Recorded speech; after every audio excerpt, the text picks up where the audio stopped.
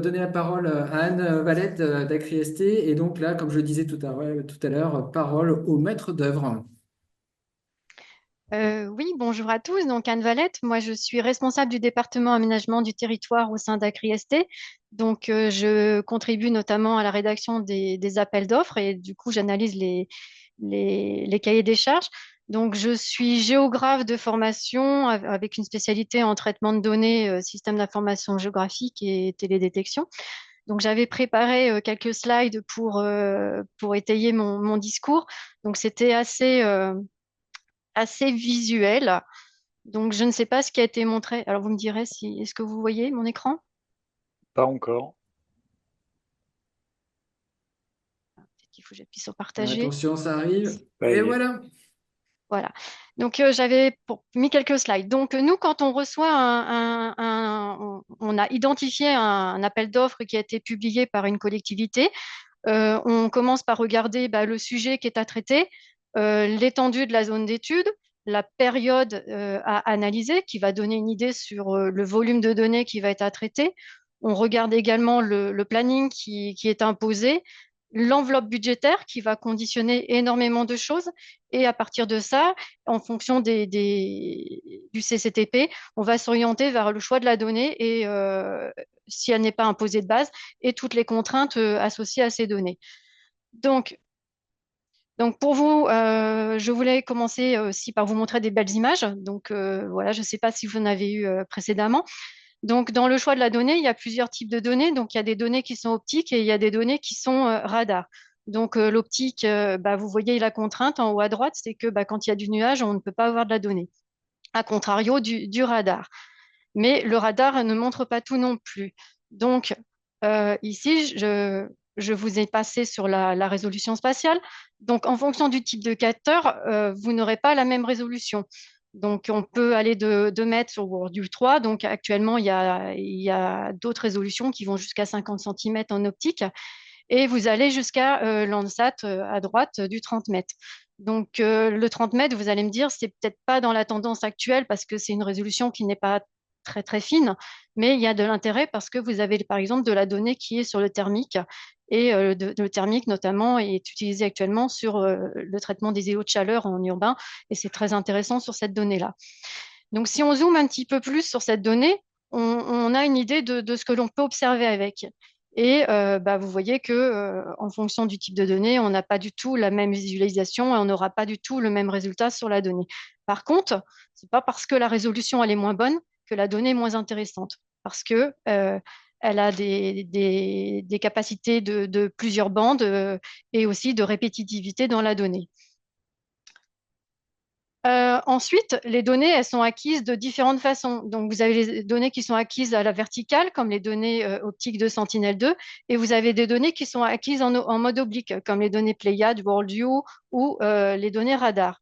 Et donc, la contrainte de l'oblique, c'est que vous avez de la déformation dans l'image. Donc, vous êtes obligé forcément de prévoir des traitements, des pré-traitements de la donnée. Et si vous voulez analyser des données sur un long terme et que vous allez devoir, les traiter, vous allez devoir faire du recalage et de l'orthorification d'image pour annuler toutes ces déformations. Ensuite, dans mon petit graphique en bas à droite, la contrainte complémentaire, c'est que quand vous êtes en oblique, vous avez des zones qui sont cachées avec l'angle de prise de vue. Donc, vous avez un angle, je vous ai mis sur la droite à 10 degrés. Donc, vous voyez que si vous avez un immeuble de plusieurs étages, vous ne verrez pas dans l'ombre de portée de l'immeuble. Et la même chose pour l'arbre. Et que du coup, quand vous sélectionnez votre donnée, l'angle de prise de vue est vraiment important par rapport au sujet que vous allez devoir traiter.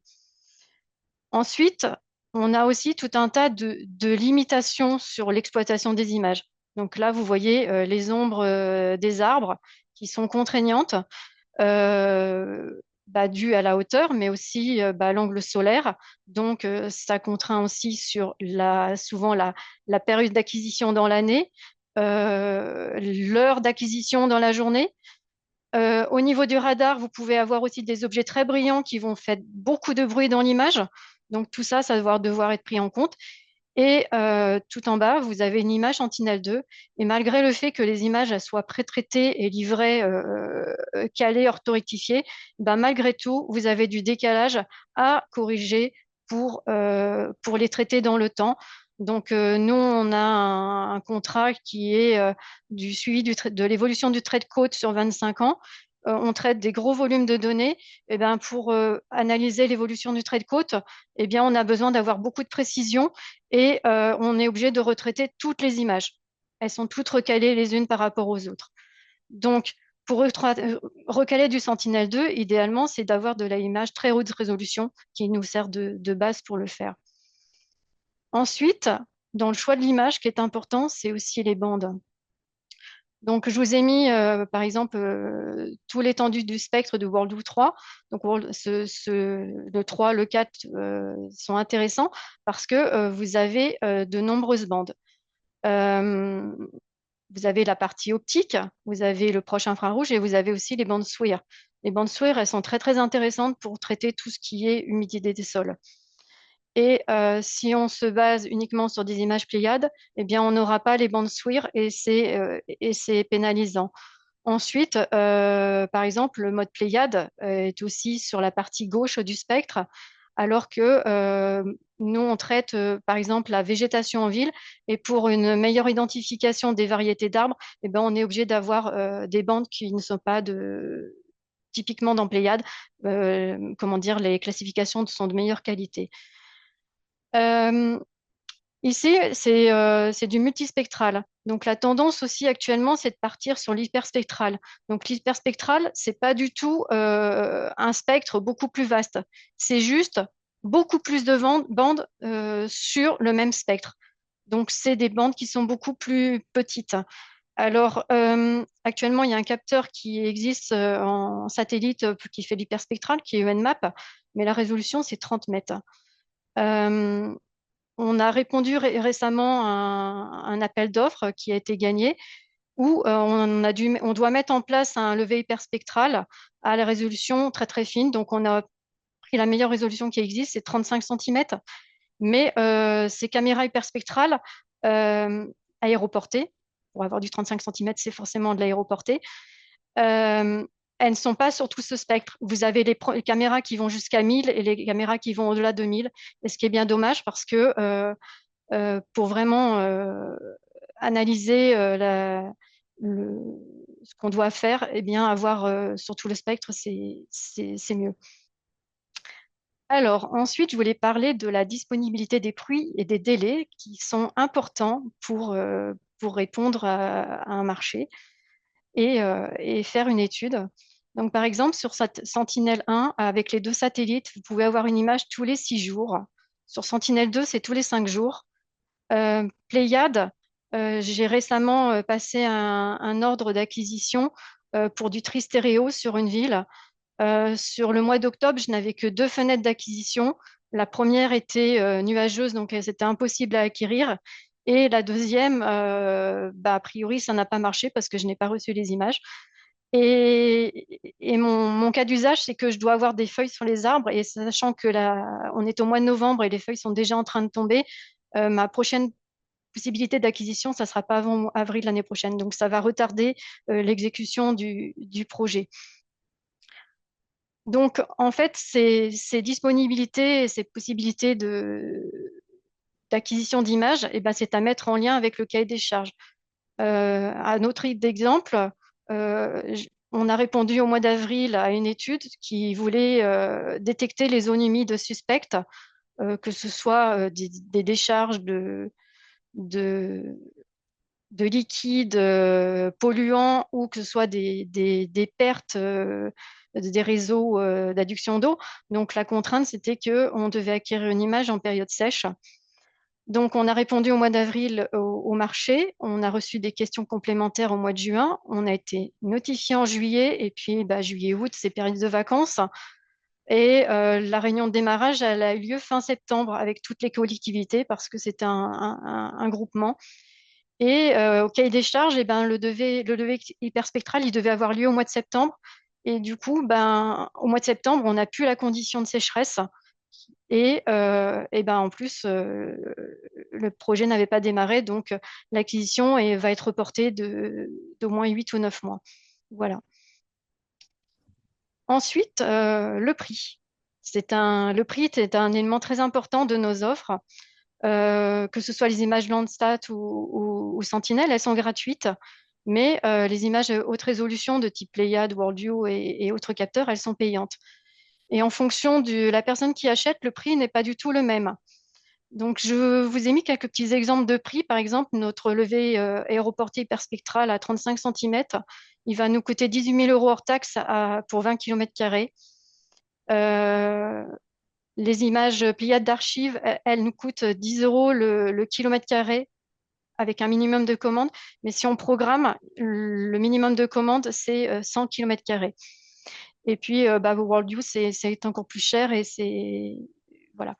Donc, on sait qu'il y a des programmes comme Dynamis qui proposent des tarifs préférentiels pour les institutionnels ou des tarifs préférentiels aussi pour les entreprises privées quand il y a de la recherche interne du projet. Euh, notre, notre, notre demande, ça serait quand la collectivité émet un appel d'offres, c'est elle budgète de son côté l'acquisition des images euh, parce que quelquefois, entre le prix d'achat et le prix de l'enveloppe budgétaire, eh bien, ça ne matche pas en fait. Et de plus en plus, la tendance, c'est de mettre de l'IA pour la classification.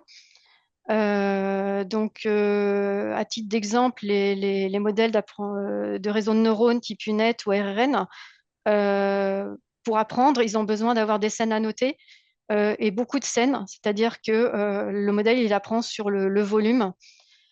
Pour faire tourner des modèles, il faut des cartes GPU. Donc la carte de GPU, c'est 1 200 euros les plus performantes actuellement en location par mois. Si on fait tourner 3 modèles en parallèle, il faut 3 cartes. Et puis, si on doit réentraîner le modèle à l'issue de l'entraînement parce qu'on a rajouté des données, eh bien, on refait tourner les modèles. Et tout ça, ça augmente l'enveloppe budgétaire du projet, en plus des ressources, des pré-traitements, des traitements et de tout à mettre en œuvre. Donc, en conclusion, ce que je voudrais dire, c'est que on doit avoir une adéquation entre le besoin exprimé et la résolution spatiale, la résolution spectrale, la résolution temporelle, le délai d'acquisition des données, la disponibilité des données, d'archives, le prix qui a été proposé. Et puis aussi, ce qui est important, c'est d'avoir une connaissance du spatial pour bien spécifier le besoin initial et de savoir aussi quels sont les algorithmes qui sont envisageables, les méthodes pour tous les choix. Merci beaucoup. Merci Yann. Si il y a des questions, je vois qu'il y a Cyril et il y a Claire. Alors, vu que c'est le premier, on va dire que c'est Cyril. Allez. Merci Philippe. Merci Anne pour cette présentation. J'avais une question. Alors tout le monde ici ne connaît pas forcément dans le détail, ne connaît pas forcément AcriST, et c'est vrai que vous n'avez pas pris forcément le temps de dire quelques mots sur votre activité. Donc peut-être dire juste un mot. Je sais que vous faites beaucoup de choses, mais d'essayer d'être un peu Oui, synthétique. Et puis du coup dans la foulée.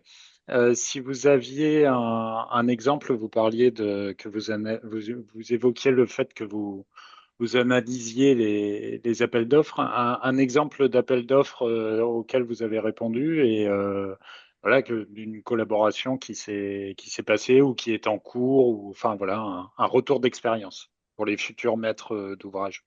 d'accord.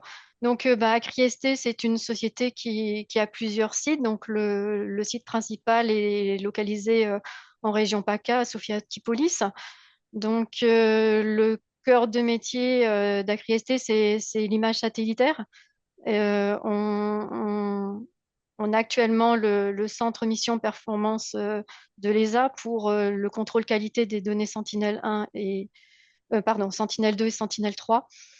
Euh, donc avant que la donnée soit fournie à l'utilisateur, elle est contrôlée et nous avons de grosses équipes sur ce sujet-là. Nous sommes aussi sur le prototypage, donc toutes les études amont avant avant la confection et le lancement des satellites. Nous sommes aussi sur les phases où on intercalibre la donnée du satellite avec de la donnée in situ au moment du, de la commission du satellite, c'est-à-dire dans les premiers mois de vie du satellite avant même que la donnée soit publiée. Et nous avons aussi toute une grosse activité de, de traitement, de stockage de la donnée et de retraitement, parce qu'au fur et à mesure que le satellite vieillit, il faut adapter les algorithmes pour que la donnée soit conforme sur toute son archive en fait. Donc de temps en temps, on retraite les données. Et puis après, il y a un département qui est pour l'analyse des images et la génération de produits pour le suivi de l'environnement.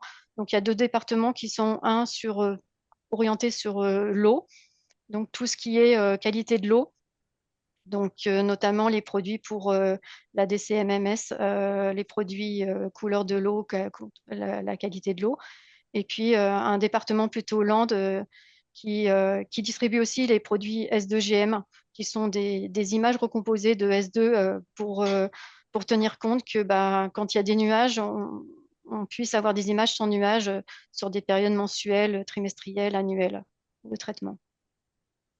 Et sur l'exemple concret, alors du coup, Alors, l'exemple concret, c'est une collectivité, enfin un énorme groupement de Bretagne, hein, du côté de Morlaix, qui a passé un appel d'offres. Donc, il y a une très grosse enveloppe budgétaire et qui est financée par beaucoup de collectivités publiques de la zone et dont le but, c'est le suivi de les profils de plage.